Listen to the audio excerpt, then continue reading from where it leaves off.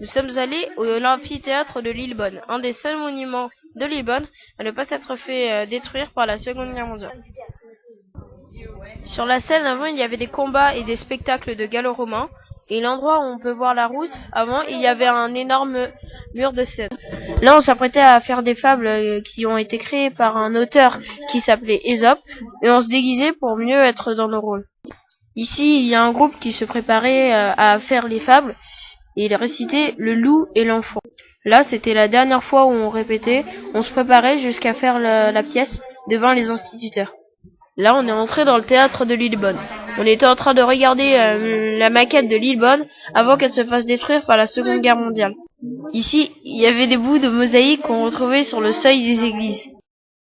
Là, il y a la carte, et comme il y a marqué sur le titre, c'est la carte des voies romaines, donc la carte où pouvaient passer les anciens romains. Alors ici, il y a des poteries. Les poteries derrière ont été faites pour les plus riches. Celles de devant ont été faites pour les personnes médiums. Il y avait des cuillères assez spéciales comparées à maintenant, car elles faisaient cuillère, mais aussi cure-dent. Et il y avait des carafes et des bols, un peu comme maintenant, sauf qu'elles étaient faites en terre et pas en porcelaine comme maintenant.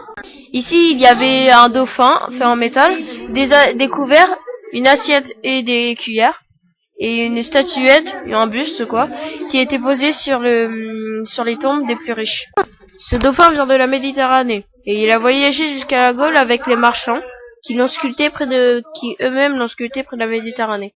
Ici, il y avait un des anciens murs qui servait de vomitoire. Le vomitoire, c'était ce qui permet d'éjecter les visiteurs une fois qu'ils avaient terminé de regarder le spectacle.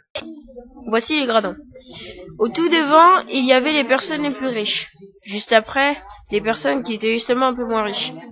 Et tout derrière, il y avait les femmes et les esclaves. Là, c'est bon, on a terminé la visite, on a visité le musée de Lillebonne et puis on a fait des pièces de théâtre comme tout ce qu'on a raconté avant.